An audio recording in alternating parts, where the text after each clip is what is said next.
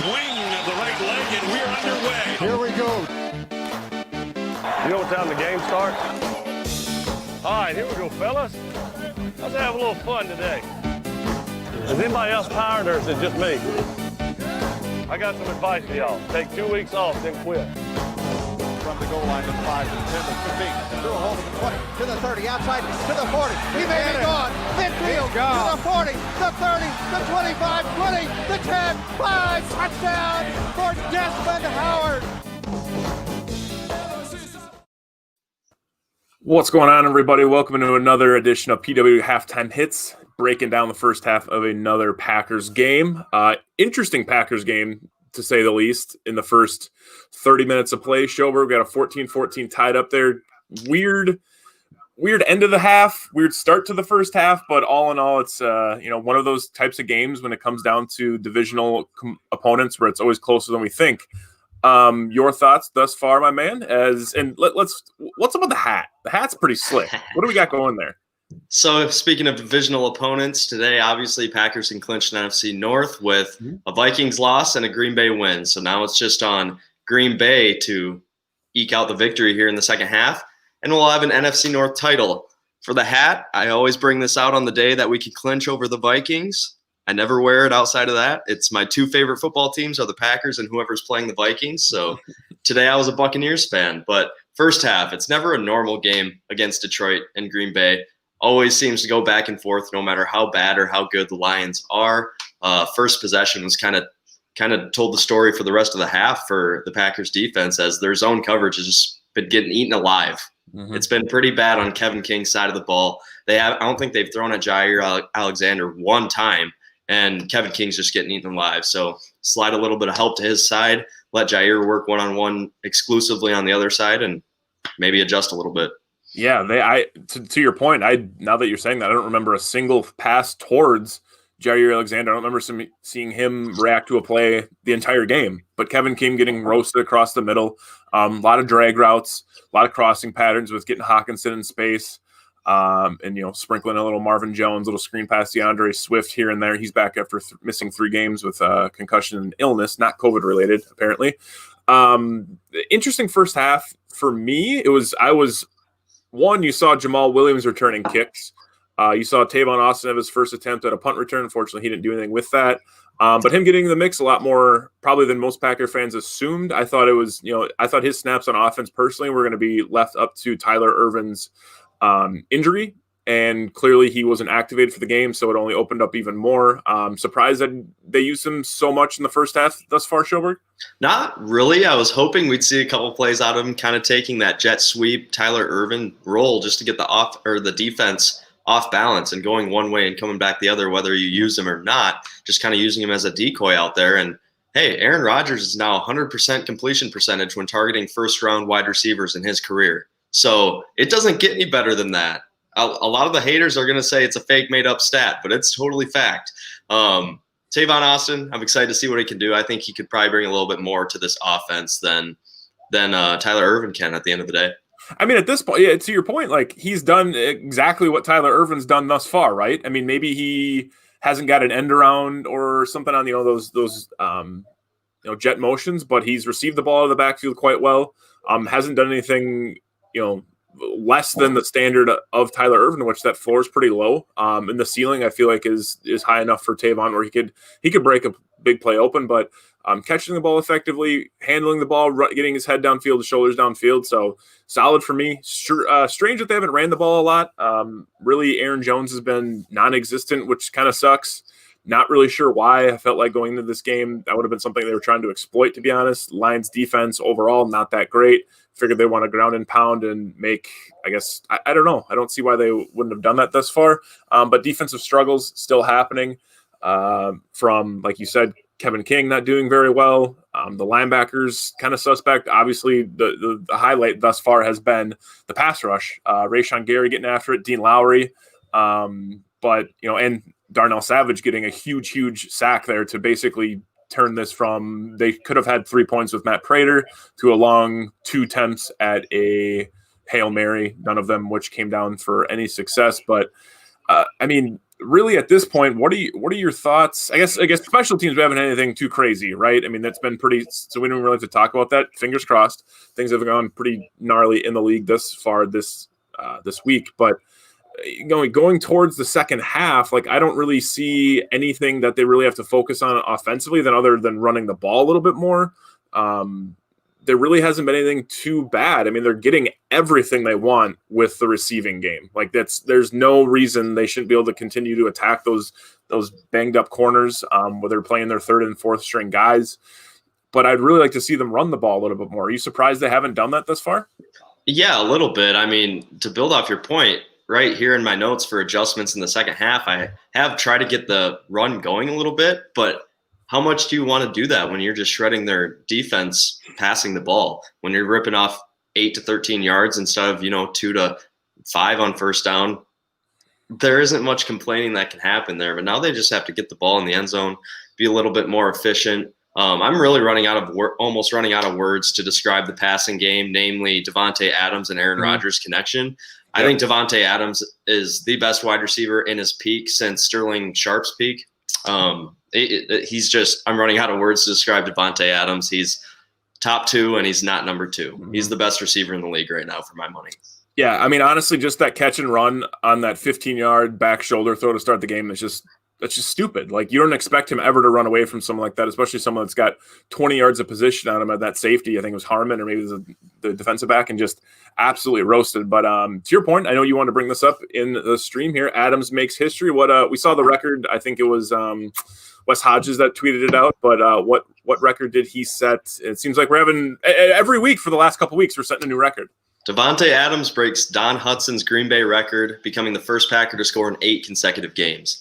And you think about that, a running back, that's a good feat, but it's one thing to do it as a running back where you get the ball maybe 20 times a game.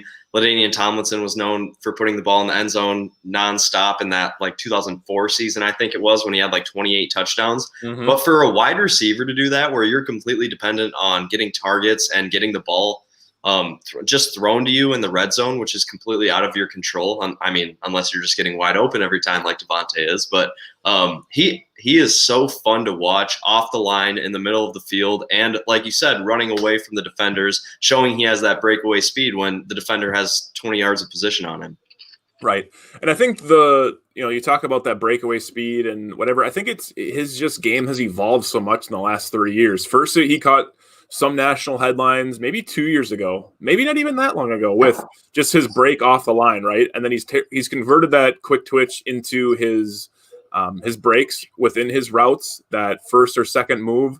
But just now the fact that you can't teach speed, so it'd be crazy to think that he's getting faster, but there's just certain things I think where he puts himself into position, make himself look quicker than he actually is, the way he's putting defensive backs or defenders on skates.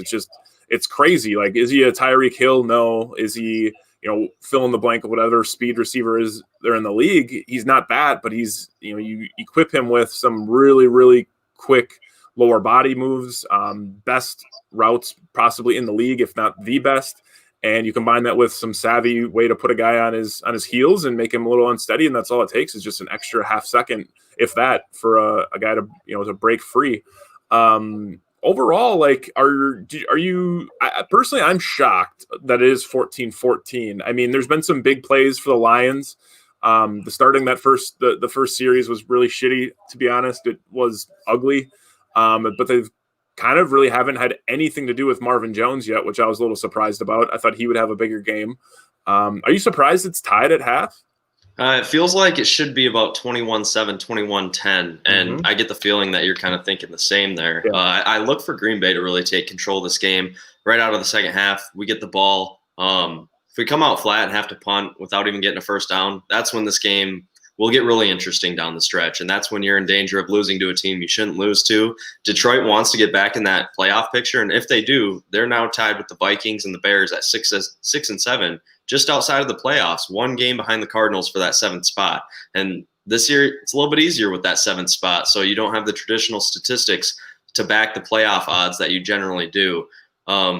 Green Bay, you win it. You have control of your own destiny right now, it looks like, with the way New Orleans is playing against Philadelphia. So Green Bay has a lot to play for here in this game, and if they don't come out in the second half with all jets a go, it could get interesting down the stretch. Absolutely. Like, and I'm glad you brought up the Philly New Orleans game. Going into that game, I'm like, we're not going to catch them. I mean, Wentz isn't the answer, but I don't think Jalen Hurts is enough to beat the Saints. And the Philly defenses came out to play. Taysom Hill is probably playing his worst game thus far as a pro, whether or not he's under center or not. They're just getting after it. And to think that at this point, the Packers could have the number 1 seed at the end of these games here at the 3:30 slot would be incredible. But they have to keep up their end of the bargain, right? They're not up like you're saying the 21-10, 21-7, like you and I would suspect, or at least a score being 7.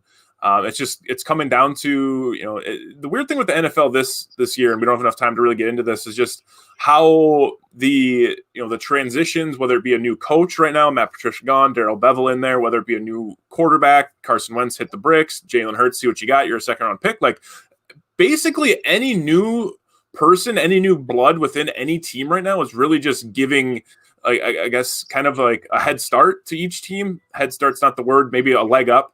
Like where it's these interim coaches that are playing well or, coaching well. It's a very odd year to see that, you would think in most years I guess the one outlier would be the poor receiver for the Broncos, practice squad receiver from Vandy. Like that's probably the one outlier where it hasn't worked. And I would think thus far the interim coaches are doing really, really well. Darrell Bevell clearly been around the league a long, long time. They showed that. I mean, any Packer fan that knows anything back before Brett Favre knows that him and Brett had some good continuity when they were on the team together in the coaching facility and the quarterback coach. But just interesting to see that. What was it? 17-0 at half for the Eagles, I think. Yep.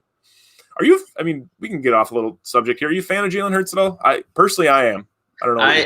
I love his story, but I never thought he was that great in college. Lincoln Riley has a knack for making quarterbacks look better than they are. Just with the pure genius of their system. Mm-hmm. Nobody runs a system like them down in Oklahoma. So right. a lot of teams can't really prepare for it, and if they get a good quarterback in there, they have a way of making them look really good. Just heading into the second half here, we kind of touched on this early here in the half. I'd like to see him give more help to Kevin King. Whatever side Kevin King's on, move the help over to that side, put Jair on an island, and really watch him go to work, as he hasn't even been targeted in this game. Maybe if he does get targeted, he makes a play and he gets an interception or something. But we need Jair Alexander involved in this game. I like that as well. More big Bobby Tonyan. He got a couple of receptions on the last drive that ultimately didn't lead to anything. But Stafford, 14 of 18, 164 yards and a touchdown. We get that tells a story. We got to limit it a little bit right there. 100%. There's no receiver out there that should cook Jair Alexander. The only issue they're having right now is covering TJ Hawkinson, which isn't a surprise. They always struggle against him, and specifically even broader not elite, but good pass catching, good route running, physical tight end. So if you can slow him down somewhat and isolate maybe Hawkinson somehow with someone covering him, the unfortunate part is Chandon Sullivan hasn't been great at all today. Overall, the pass rush has been good, which we like to see, but to basically get this game into a 2-score game, which I think the Packers want to get it to, they don't want to have the Lions, Darrell Bevell specifically, hang around in Ford Field any longer than they need to. I would just be a little concerned that they're going to have it a closer game than we'd like, but slow them down on offense, make some throws. I think you got to kind of bait them a little bit. Hopefully Mike Pettin can adjust somewhat.